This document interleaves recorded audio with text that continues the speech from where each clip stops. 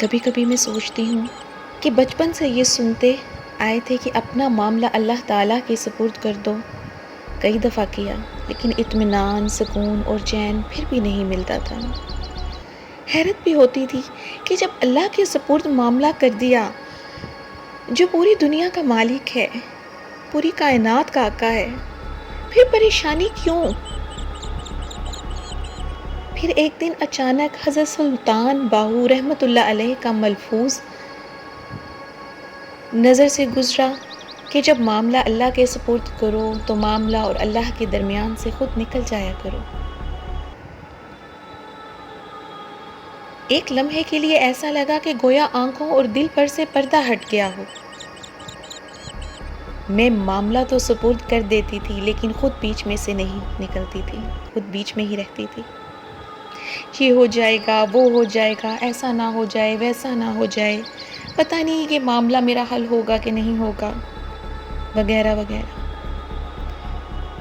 عمل بھی کرنا ہے اور اسباب بھی اختیار کرنے ہیں، لیکن معاملے کا نتیجہ اللہ تعالیٰ کے سپرد کر دینا ہے. یہ مجھے اس دن پتہ چلا. یہی سپردگی اور معاملہ فہمی ہے، اور پھر اس پر راضی ہو جانا ہے. یوں تو وہ دلوں کے حال جانتا ہے، مگر وہ چاہتا ہے اس سے مانگا جائے. یہ اس کی شان ہے کیونکہ وہ بادشاہ ہے. کچھ کو فوراً دے دیتا ہے اور کچھ کی آواز کو شاید وہ بار بار سننا چاہتا ہے. اور کیسے ہی خوش نصیب ہیں وہ لوگ جن کی آواز کو وہ سننا چاہتا ہے. کیا خوش بخت لوگ ہیں جن سے وہ محبت کرتا ہے، جنہیں وہ چاہتا ہے، جنہیں وہ پسند کرتا ہے.